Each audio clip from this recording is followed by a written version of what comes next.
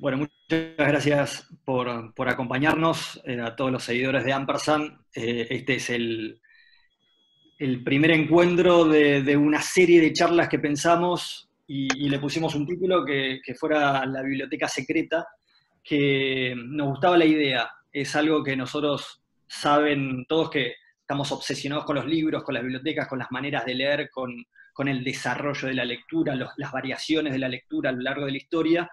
Y me parece que en estos tiempos de confinamiento, tener la oportunidad de espiar un poco las bibliotecas de los autores, de intelectuales como José Emilio Burucúa y Nicolás Kwiatkowski, que me parece dos de las personas que más admiro en principio, y realmente fueron profesores, y después tuve el gusto de editarlos cuando publicamos Historia Natural y Mítica de los Elefantes.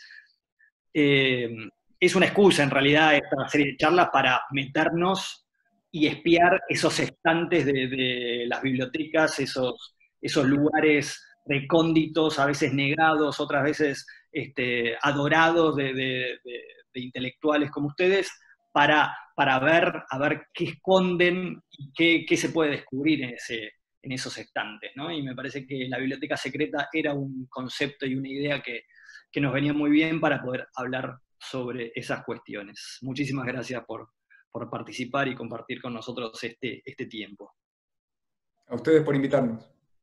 Gracias por la invitación.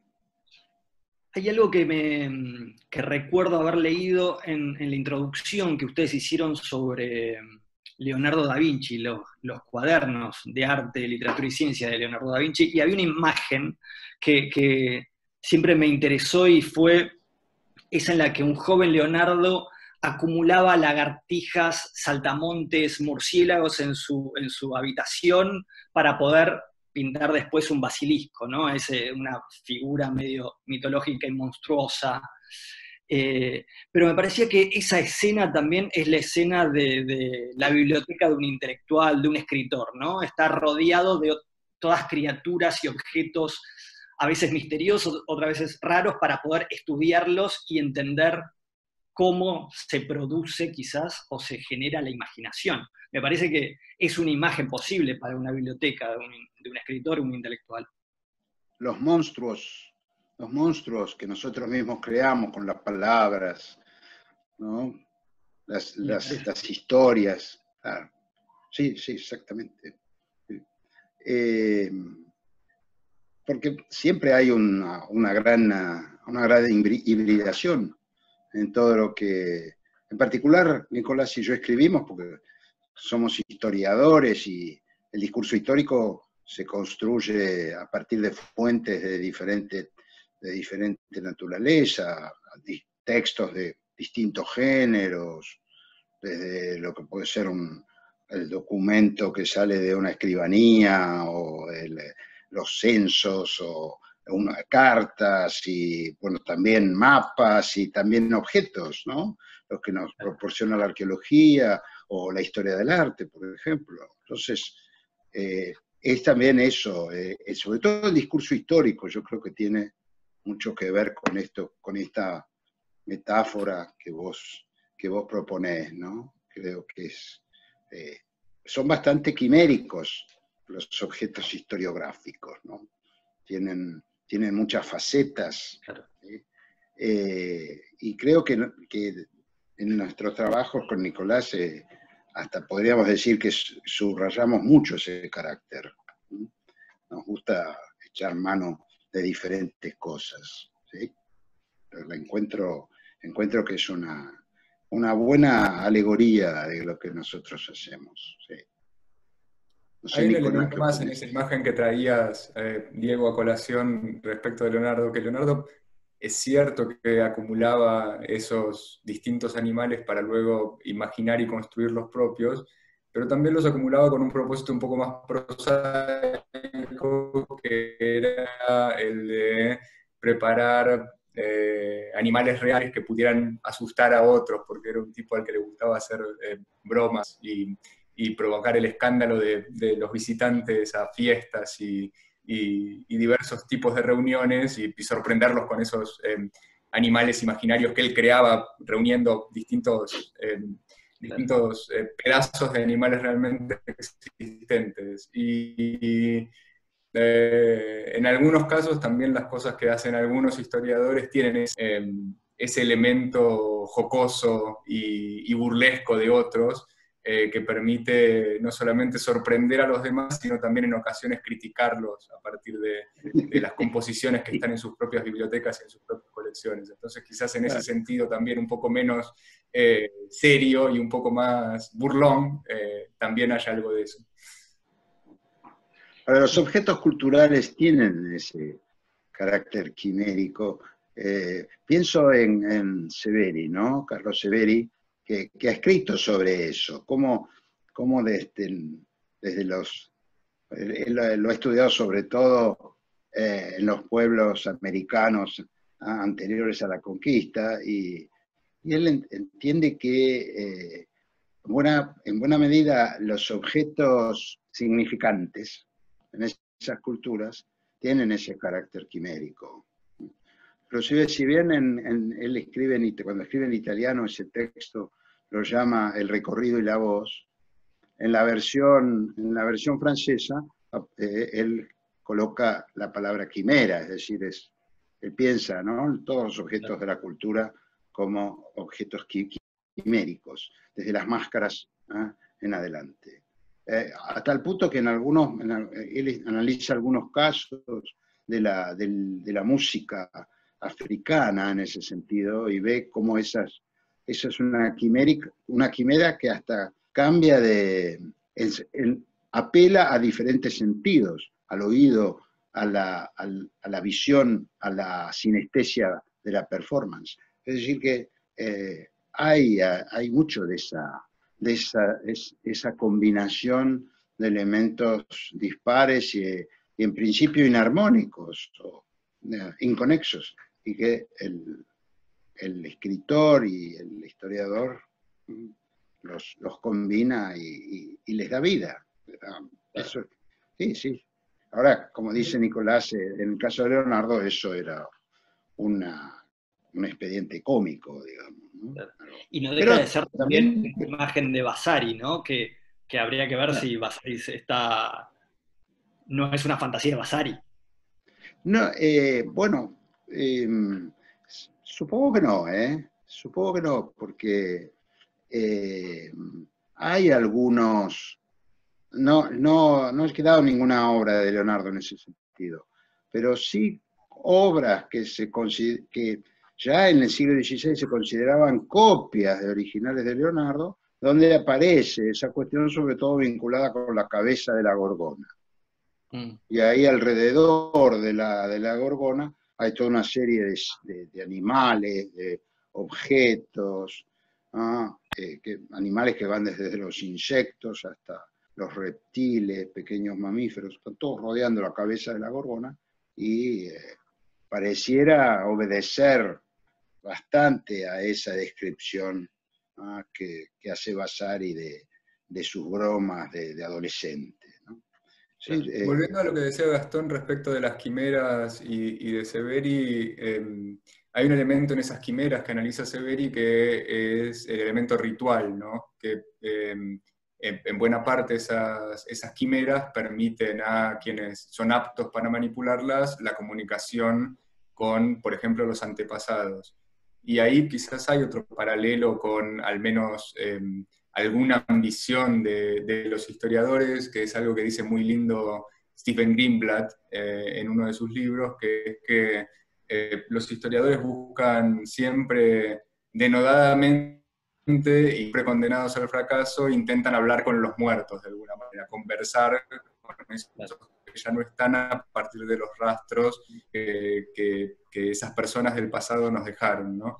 Entonces quizás esa función quimérica ritual que tienen los objetos en las comunidades que analiza Severi está también presente en un sentido un poco secularizado en las bibliotecas y los documentos y los objetos que utilizan los historiadores. Hay algo que en toda biblioteca uno lo puede pensar, y ustedes seguramente tienen varios libros que fueron fundacionales para diferentes etapas de la vida, ¿no? En la infancia seguramente hay una biblioteca de la infancia que hay un libro fundacional, pero ¿cuál consideran que ustedes fue el libro que los marcó y que dio, fue la piedra basal para que la biblioteca de ustedes se empezara a edificar? Dale, Nico, larga. No, el decano primero. Yo pensé esa pregunta que nos adelantaste, Diego. No, no hay un libro. Claro. Yo diría que hay uno por persona que ha sido fundamental en la constitución de esa biblioteca, independientemente de uno mismo. Entonces, si yo tuviera que elegir un libro, uno solo, y yo elegiría Don Quijote de la Mancha, pero fundamentalmente porque fue un libro cuya versión para niños me regaló mi madre muy temprano y que yo leí cuando apenas si sabía leer. Después, yo usé mucho una edición que le pertenecía y fue para mí habré leído completo el Quijote a los 14 años y para mí fue un deslumbramiento. Y heredé ese libro y ese libro lo tengo. Es una edición del Quijote con las notas de Salvador de Madariaga. Después Roger Chartier me regaló, tuvo la generosidad de regalarme la edición de Francisco Rico. Así que ese es para mí un libro fundante. Pero hay otros, ¿no? Por ejemplo, uno de mis padres, también muy importante, que son las 100 mejores poesías líricas de la literatura castellana, que es una antología que hace Menéndez Pidal, y que mi padre tenía ya desde los tiempos de su bachillerato. Y yo heredé ese libro. Y ahí están los poemas que uno aprendía en el secundario, ¿no? Había uno que le gustaba mucho a mi padre y que yo lo recuerdo perfectamente, todo entero. Y que es ese: quien hubiera tal ventura sobre las aguas del mar, como hubo el cornerarnos la mañana de San Juan. Bueno, sigue. Con un halcón en la mano la casa iba a cazar, vio venir una galera que a tierra quería llevar, que las velas traía de seda, que las jarcias de un sendal, marinero que la manda diciendo viene un cantar, que la mar facía en calma, que los pejes que andan en el hondo arriba los hace andar, las aves que van volando en el mástil las faz posar. Allí fabló el conde Arnaldos, bien oiréis lo que dirá. Por Dios te ruego, marinero, dígasme ahora ese cantar. Yo no digo ese cantar, sino quien conmigo va. Y mi padre decía que ahí había un misterio que no tenía resolución. ¿Qué quería decir eso de un cantar a quien conmigo va? No sé. Pero bueno, yo siempre lo recuerdo porque mi padre lo recitaba y fue una casualidad que el primer poema que yo aprendí en el Colegio Nacional fue el romance del Conde Arnaldos. Así que por eso es un libro fundante también. ¿Sí? Y después hay otros. Por ejemplo, yo heredé una biblioteca de un tío mío, matemático, y ahí yo creo que hay varios libros. Hay uno fundante que él me regaló los ensayos de Montaigne, yo ya era grande, era un señor de 20 por ahí. Y después están el núcleo que trajo mi mujer y que hemos juntado nuestras bibliotecas, así que ahí también hay como un libro base.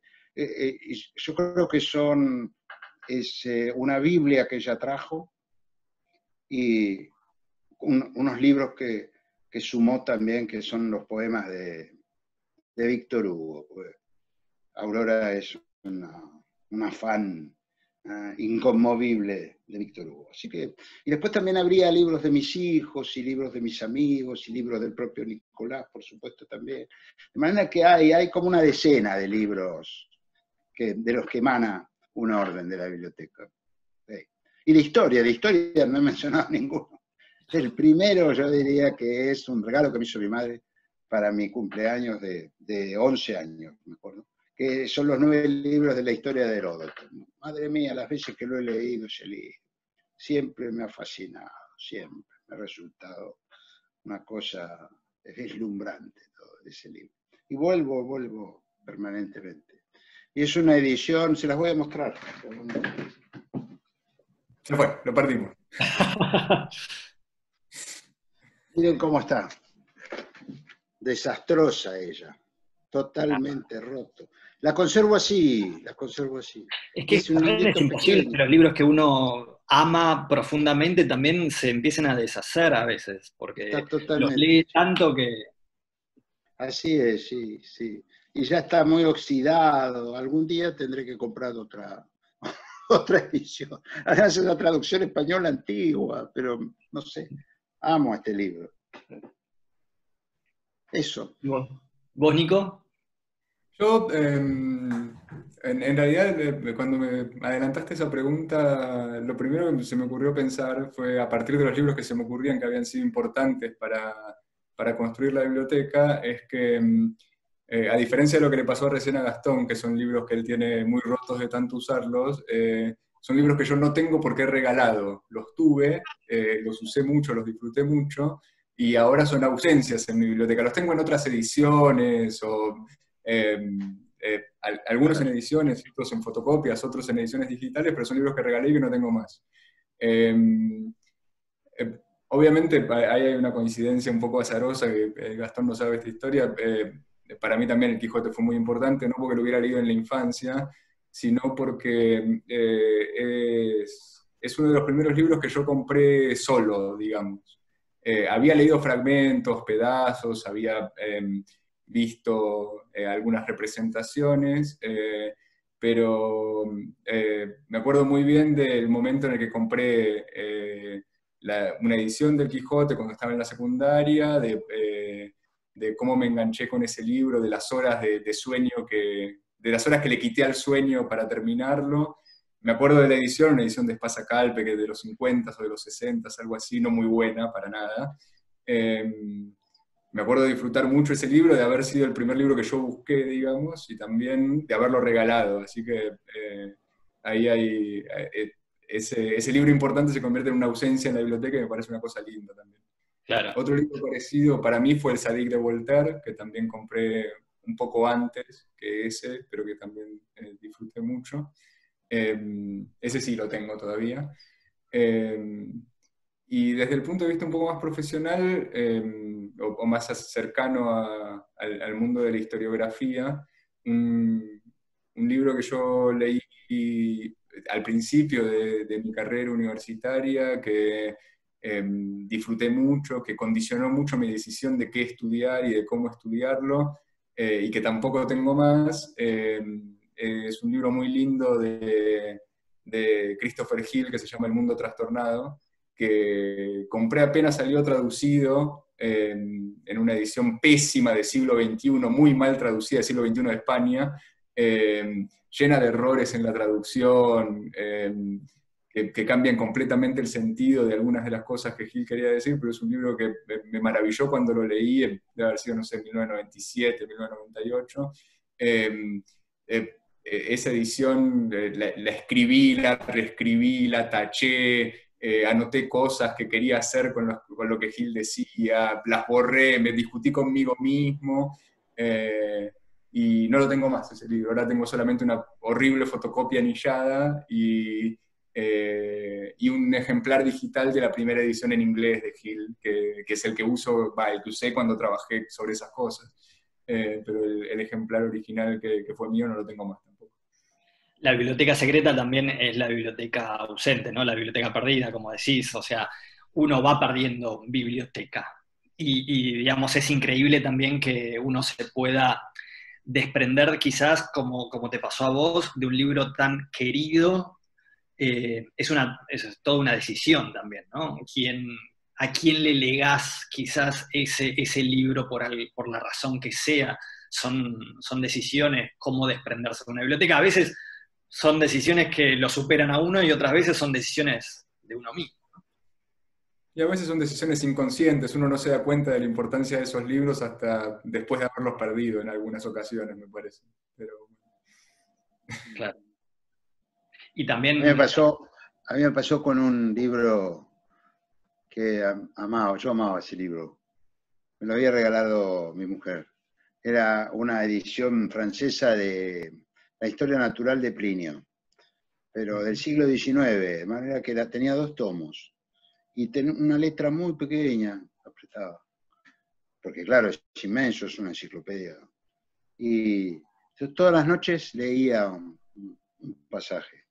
Y lo dejé arriba de mi mesa de luz. Y después, bueno, nos fuimos a vivir a otro lugar. Y ese libro desapareció de arriba de la mesa de luz. No, cuando volvimos a nuestra casa después de largo tiempo, era lo único que faltaba. No estaba ese libro. Nunca supe qué fue de él. Pero supongo que me maravilla pensar en alguien que haya podido pasar por allí, por mi casa. No sé, porque estuvimos ausentes tanto tiempo que supongo que mi madre habrá ido con alguien. No sé. Ese libro. Mi madre no lo tenía, ¿eh? Y desapareció. No sé dónde fue a parar. Pero es obvio que era alguien a quien le gustó el libro. Así que bueno, ahí hay un lazo secreto que nunca conoceré. A quien le gustó y que leía francés, además. Sí, claro, seguro, sí. Así que no sé quién es. También hay algo, Era una edición maravillosa. hay algo que muchas veces lo hablo con libreros de anticuario y el problema del espacio que hoy tenés. O sea, hoy por hoy, si sos alguien que le interesa la lectura y acumula libros y también les interesan los libros, hay un momento que los espacios se achicaron, quizás, en nuestra generación, por lo menos en la generación de Nicolás y mía. Nuestros espacios a veces son mucho más chicos que los de nuestros padres o nuestros abuelos, entonces eso te lleva a tener que decidir, lamentablemente, bueno, tengo que deshacerme de algunos libros para que puedan entrar otros, o uno quizás encuentra la primera edición de un libro que les fascinó y bueno, la edición que leyó toda su vida, bueno, esta la descarto y me quedo con la primera, o toma ese tipo de decisiones también. O se muda. O se muda, se Ahí, pierde. pero ahí yo soy honesto, sinceramente, el segundo departamento en el que yo viví después de irme a vivir solo, un departamento muy chico, que yo compré, Gastón lo conoció, y en un momento no entraban más los libros, y un argumento para decidir mudarme no fue solamente que me hubiera gustado tener más espacio, que quería un departamento diferente, o que quería cambiar de zona, sino que no entraban más los libros en mi casa. Claro. Así que un motivo de la decisión de mudarme fue tener más lugar para los libros, seguro, sin duda.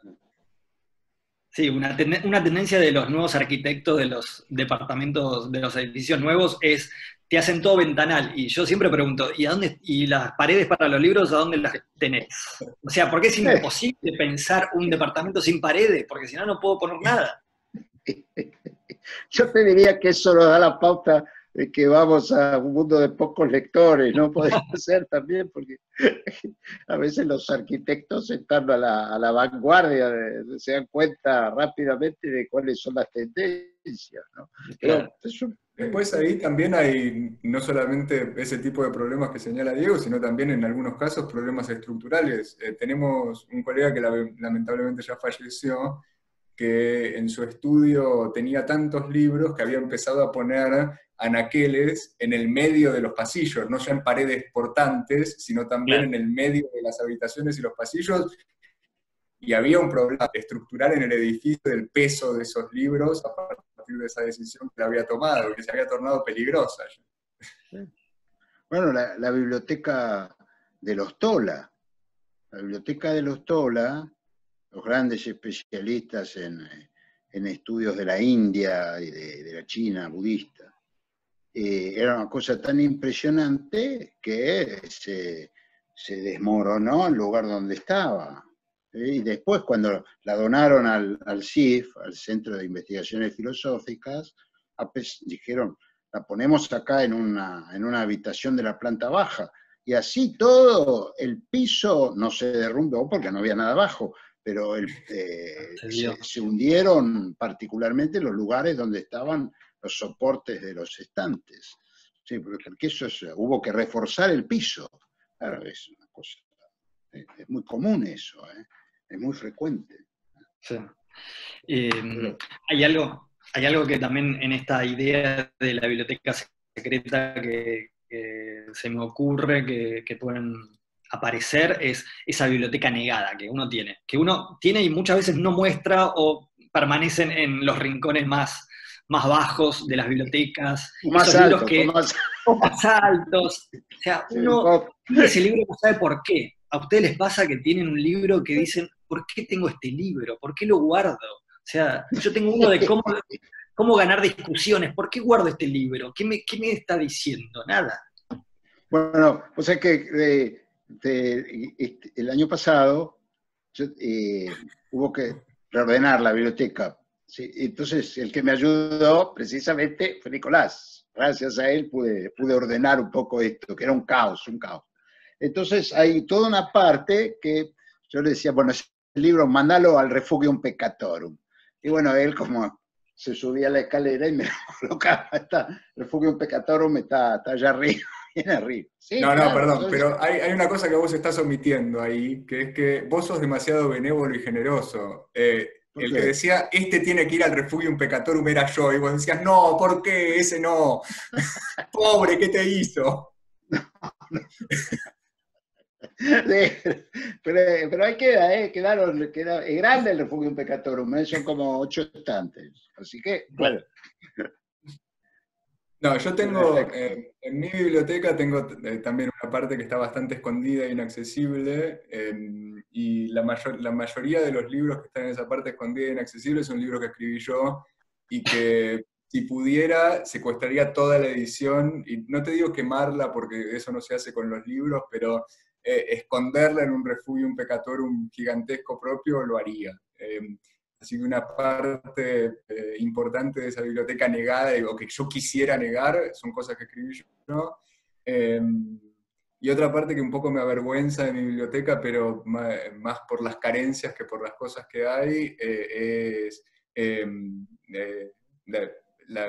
los libros que tengo yo de historia argentina del siglo XX.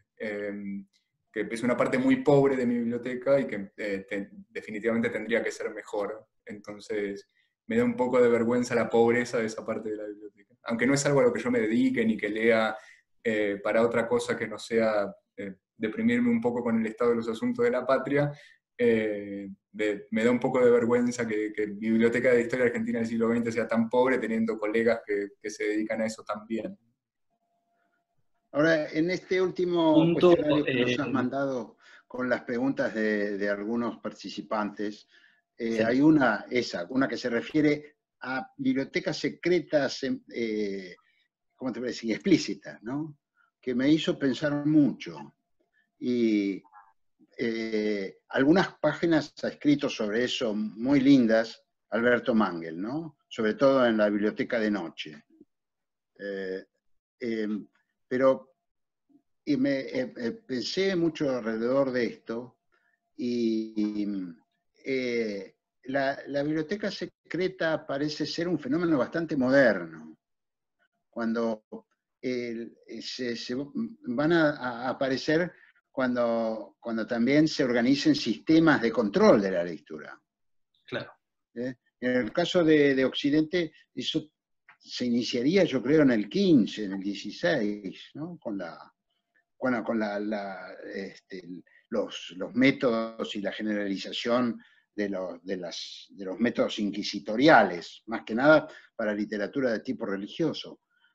Y ahí sabemos, por algunos juicios que se hicieron de herejes en el siglo XV y en el siglo XVI, que había bibliotecas secretas, ¿no?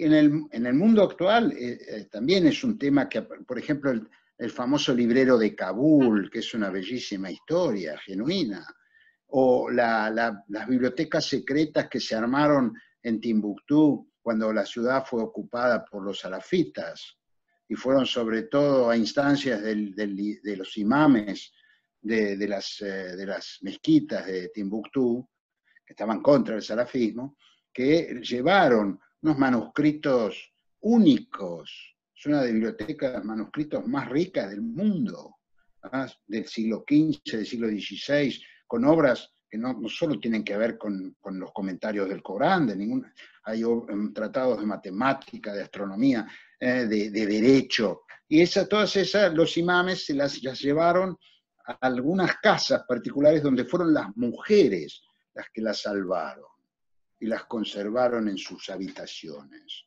Esa es una historia muy linda, y quizá la más impresionante, la más emocionante de una historia, de una biblioteca secreta, es la de Elsa Glauber, que la menciona y habla de ella Víctor Klemperer en su libro sobre la lengua del Tercer Reich.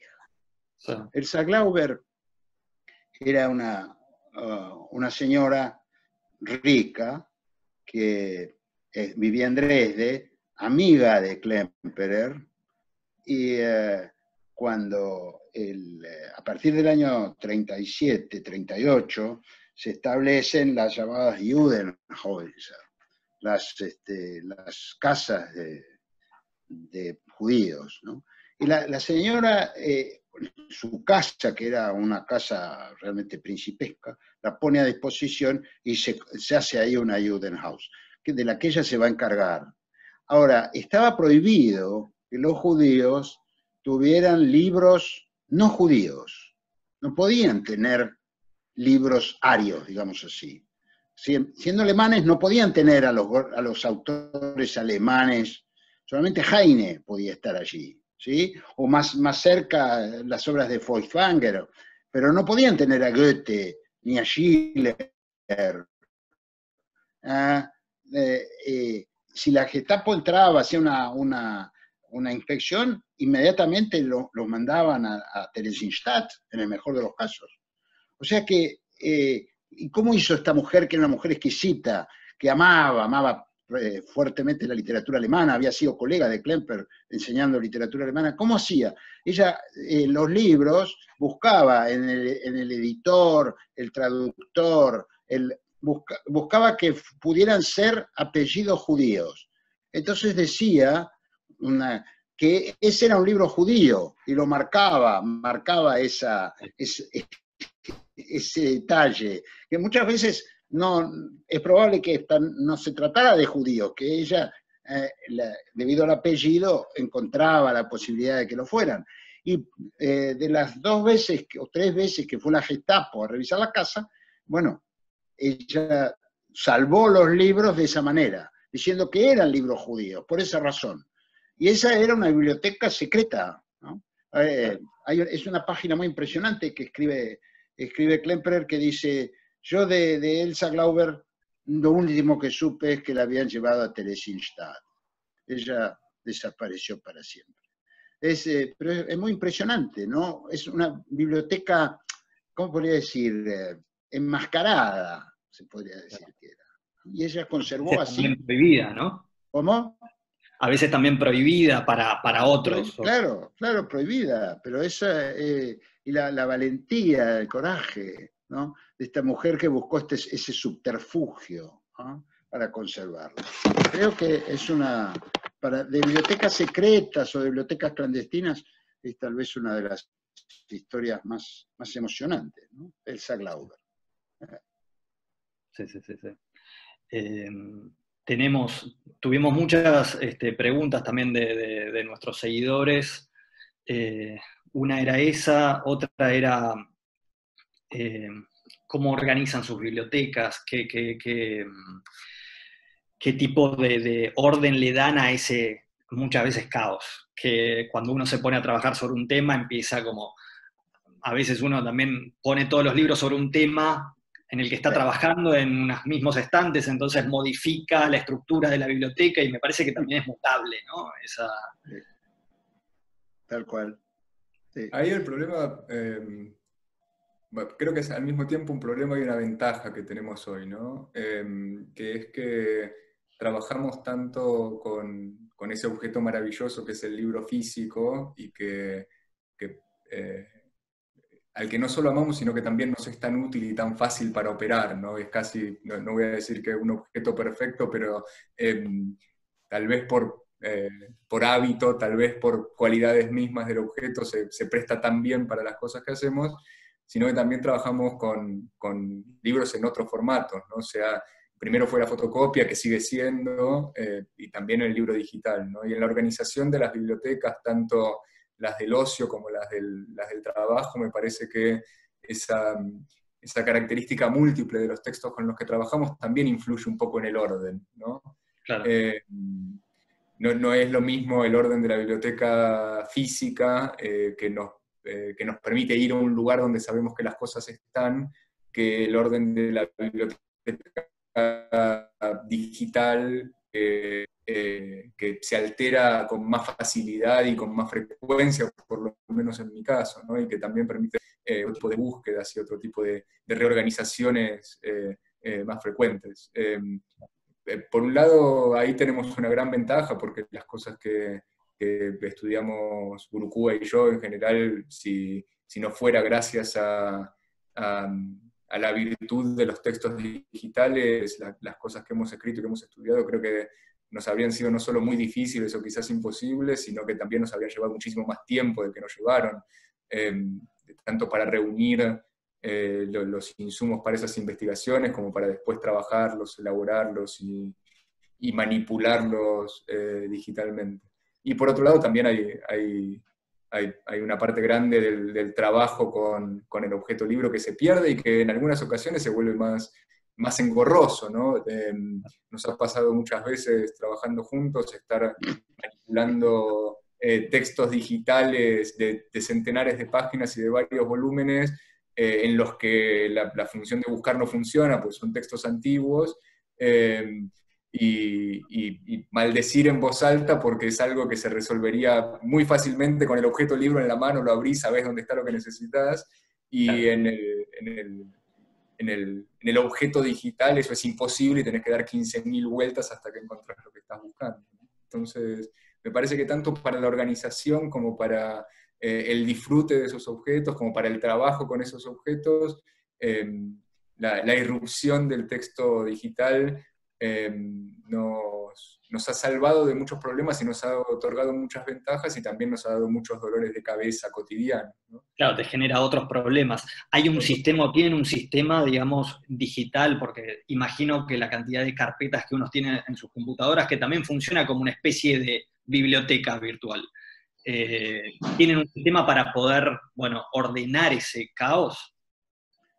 Sí, es un poco como Varios. ordenamos los estantes, ¿no?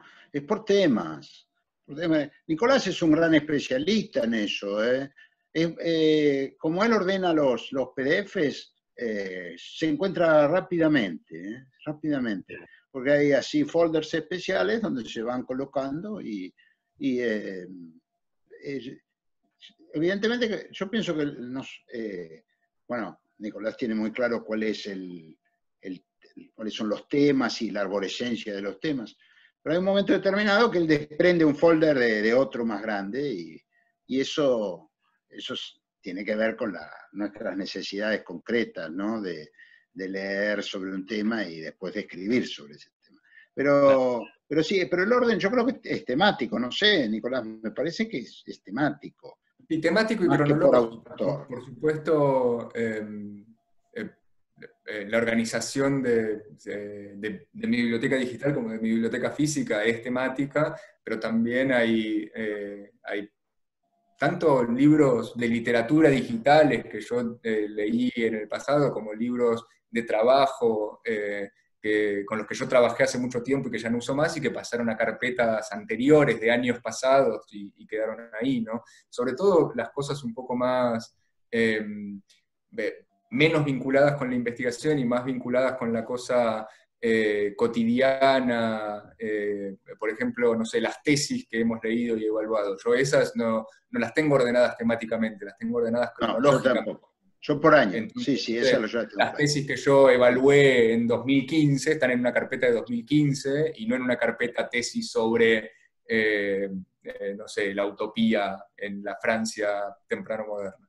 Pero es obvio que para eso, yo si no fuera por vos, Nico, yo tendría un enorme desorden, porque me doy cuenta de que los PDFs que he leído solo para mí, por un trabajo particular que estoy haciendo yo, todos esos PDFs van a parar a un folder que tiene que ver con el trabajo que estoy haciendo. Es decir, que después, yo digo, ¿en qué folder estaba esto? ¿Cuándo yo leí ese libro? Y puedo estar una hora buscando el PDF que yo tengo que asociar con alguno de los trabajos que ya hice, que a veces no se materializaron en nada. Es decir, que eso, pero tiene su gracia también, esa búsqueda, sí. Tiene su gracia. Yo tengo bastante desorden en la biblioteca, pero tengo mucha memoria visual, entonces me acuerdo dónde está, físicamente. Es lo que me pasa. Eso es una gran trampa, Diego, porque este era un libro pequeño amarillo y después resulta que no era ni pequeño ni amarillo. Eso pero, es una gran trampa. Es glorioso eso. Pero el tiempo que uno pierde en eso es maravilloso. Es maravilloso. Porque puede encontrar una cosa que ni se esperaba, ¿no? Y abre una puerta, vaya a saber hacia dónde. Bueno, es lo que Warburg hacía en su propia biblioteca, ¿no? Y lo que él llamaba el fenómeno de la buena vecindad, que buscando un libro sabía que estaba en tal lugar de la biblioteca y de pronto se le cruzaba otro que lo llevaba a cualquier otra parte, ¿no? Es un proceso muy interesante. Además es fascinante porque uno abre ese ejemplar que no estaba buscando, pero encuentra una cita que claramente puede asociarse y relacionarse con ¿no? Eso es la serendipity pura, la serendipity absoluta. Es que en realidad el libro que vos necesitabas no era el que estabas buscando, era el que estaba al lado del que estabas buscando. Claro. Es un fenómeno extraño, ¿no? Que tiene algo de magia eso, sí. Ahora, en esos ejercicios de reconstrucción que decía recién Gastón, a mí también me pasa que hay veces que necesito volver a un libro que leí, sea digital o físico, sobre todo me pasa con los digitales, y no me acuerdo ni cuál era el libro, ni quién era el autor, ni cuándo lo leí, ni dónde lo puse. Entonces tengo que reconstruir no solamente esas cosas, sino también tratar de reconstruir a partir del contenido que yo creía recordar del libro, dónde puede ser que lo hubiera puesto para tratar de encontrarlo en algún momento, en el momento en el que lo necesito. Es a veces desesperante. Tan desesperante que me ha pasado de tener que volver a comprar libros que yo sabía que tenía, porque no los encuentro, no sé dónde los puse. Sean libros digitales o libros reales que no sé dónde están. Entonces, los he vuelto a comprar o los he vuelto a descargar, si es el caso. Y que de pronto aparecen. Y después aparecen. Cuando uno está buscando otra cosa. Pero bueno, esas son las, ¿cómo podría decir? También tiene algo, la aventura, ¿no? Es la aventura de la biblioteca. Exactamente. Son dos de las personas que también deben conocer muchas bibliotecas de afuera, las bibliotecas que reúnen esos materiales que ustedes han investigado. ¿Cuál elegirían? Wow. ¿Qué biblioteca elegirían para poder tenerla quizás en el mismo país como para visitarla todos los días? Todos los días. A mí, mira, me gustaría decir romántico como que es la biblioteca de Warburg o alguna cosa por el estilo. La verdad es que la biblioteca que más me apabulló a mí en términos laborales, ¿no? Es la biblioteca Widener en Cambridge. Porque debe haber sido el segundo o el tercer viaje de investigación que yo hice en mi vida. Era un viaje de 4 meses, una cosa así, a Estados Unidos. Es una biblioteca absolutamente maravillosa, que tiene 30 millones de volúmenes, y los que no tienen los consiguen y te los dan. Además es una biblioteca de acceso abierto para los investigadores, entonces tenés acceso a los anaqueles, es una cosa muy, muy importante por lo que discutíamos recién. Y es una biblioteca con horarios de apertura muy generosos. Entonces, eso es una trampa también porque la biblioteca abre de lunes a domingos en horarios muy extendidos, entonces vos podés pasar realmente 14 o 16 horas por día dentro de la biblioteca, de repente no sabes muy bien dónde estás parado, pero también querés que esos ratos que tenés en ese lugar no se acaben más, ¿no? Y la adrenalina de ir a buscar un libro que uno encontró en el sistema de la biblioteca, al sexto piso, en el fondo, donde está ese anaquel, y de ir recorriendo los anaqueles para llegar y ver, este también me interesa, y lo agarrás y te terminás saliendo con una pila que te llevas al escritorio. Esa es una biblioteca que yo recuerdo con mucha nostalgia, digamos, y que me gustaría mucho tener cerca. Puede ser en parte que haya sido porque yo era muy joven cuando fui ahí, y entonces el impacto es un poco mayor que bibliotecas que uno ve después y que quizás sean comparables, pero esa realmente me impactó mucho. Y en ese lugar trabajaba un gran profesor de historia latinoamericana, de historia mexicana sobre todo, que se llama Womack, todavía vive, tiene casi 90 años, vive una hermosa biblioteca de Zapata, y cuando Womack dejó su trabajo activo como profesor en esa universidad, una de las cosas que pidió fue que le dieran una oficina en esa biblioteca, que era una oficina, digamos, grande como 2 habitaciones de mi casa, con techos altos, y que él tenía tapizada de los libros de esa misma biblioteca que había pedido prestados y con los que estaba trabajando. Entonces, me parece que él entendió muy bien como las ventajas de tener una biblioteca así, de tener una oficina ahí adentro en la que uno puede estar largas horas rodeado de los libros que necesita, incluso después de retirarse para poder entretenerse bien. Bueno, pues, en mi caso, yo creo que la más extraordinaria en la que estudié durante muchos meses fue la Biblioteca Nacional de Francia. La más.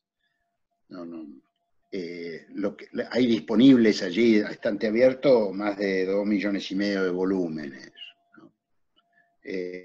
Después están los otros 10 millones que uno puede pedir.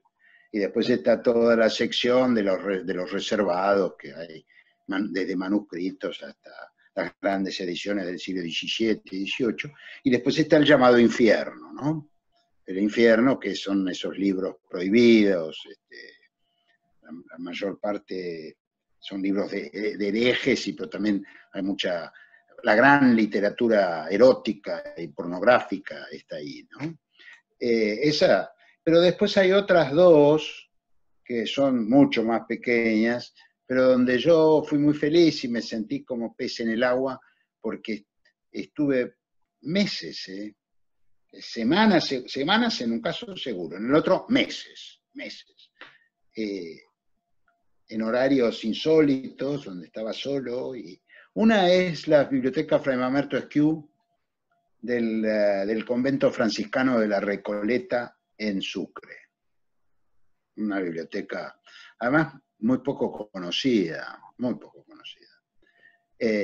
Y donde encontré cosas increíbles, a las horas más exóticas, porque el fraile bibliotecario fue muy amigo mío y me dio la llave, y yo podía ir a cualquier hora, en cualquier momento. Claro, en un edificio del siglo XVIII y con unos libros del siglo XVI en adelante que, bueno, increíbles. Ahí me encontré con el Tratado del Anticristo de Tomás Maluenda, un libro espeluznante que encontré, eran como las 11 de la noche, era todo muy... Y después la otra biblioteca en la que fui muy, muy feliz es la biblioteca de la Facultad de Filosofía y Letras. Que, bueno, cuando se mudó ahí donde está, siendo yo el vicedecano, y bueno, como vicedecano tenía una sola prerrogativa, que era el poder ir cuando yo quería. Claro. Entonces era la única prerrogativa. Pero ahí realmente fui muy, muy feliz en ese lugar. ¿Sí? Y tiene cosas fantásticas esa biblioteca. Tiene una biblioteca de musicología que fue la que donó el profesor Epstein, que es extraordinaria. No hubo libro, digamos, no hubo partitura que yo quisiera ver que no estuviese ahí. Es fantástica. Son miles de libros. Después hay una biblioteca arábiga, pero claro, eso era, yo no sé el árabe, pero era como para ponerse a llorar, porque eran miles de libros en árabe, casi nadie los consulta. Pero una vez un amigo mío, Hammurabi Nufuri, que es un arquitecto de familia árabe, me dijo, bueno, lo que hay acá, yo no lo he visto ni en la biblioteca del Cairo, entonces es fantástico, ¿no? Ojalá haya alguien que pueda. Y después la reserva de esa biblioteca es realmente asombrosa, y uno encuentra cosas muy, muy inesperadas allí, ¿no? Yo me acuerdo una vez, esto me pasa, hubo alguien que preguntó sobre las firmas de los libros, una vez, estando yo allí en la biblioteca, me dicen, mire, acá hay un muchacho que encontró un libro que dice que es importante. Bueno, a ver, entonces nos ponemos a hablar y efectivamente, ¿qué era? El Finnegan's Wake, ¿sí? De Joyce, con una dedicatoria que decía para Georgie, la primera edición, bueno, las firmas de las dos personas, y 1 de septiembre de 1939, el día en que empezó la Segunda Guerra Mundial, pero bueno, es una casualidad. Y adentro había una serie, decía página tanto y una palabra, página cuánto y una palabra. Y era la letra de Borges, era el ejemplar de Borges, que cuando fue profesor de literatura inglesa, donó a la biblioteca. Y estaba claro, cuando lo donó era un libro más de literatura inglesa, pero es la primera edición y hoy con los manuscritos de Borges, en la marginalia de Borges. Eso tiene un valor incalculable. Y al muchacho que había pedido el libro se lo dieron, como se da un libro cualquiera, sí, porque, bueno, pero a partir de entonces está en la reserva. Y el muchacho era Pablo Llanera. Mira. Así que, bueno, esa es la historia. Pero en esa biblioteca yo he sido maravillosamente feliz en la de la Facultad de Filosofía. Que tenía muy buena, supongo que sigue teniendo, no, pero hace mucho que no voy.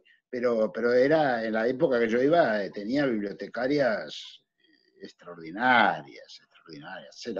Sabían todo, sabían dónde estaban los libros más estrafalarios, ellas al cabo de, no sé, 5 horas aparecían los libros. Y después, bueno, tiene esas colecciones, la de Superbuller, la de Machado Muret, que son colecciones increíbles, ¿no? Con Biblias del siglo XVI. Uno de los 5 ejemplares de la llamada Biblia de Ferrara está en la reserva de la Facultad de Filosofía y Letras. La primera edición de la enciclopedia, ¿no? Cosas extraordinarias. Sí, cosas que quizás mucha gente no sabe que están disponibles, digamos, Sí, claro. unos pasos. Sí, exactamente. Bueno, creo que se nos está terminando un poco el tiempo, pero les agradezco mucho que nos hayan de algún modo abierto las puertas de sus bibliotecas y mostrado esos estantes para nosotros también conocer un poco más cómo se va construyendo una biblioteca como la de ustedes. Les agradezco siempre. Les agradezco mucho y bueno, vamos a seguir hablando y leyéndonos. Ok, gracias Diego. Gracias a Chao. Chao.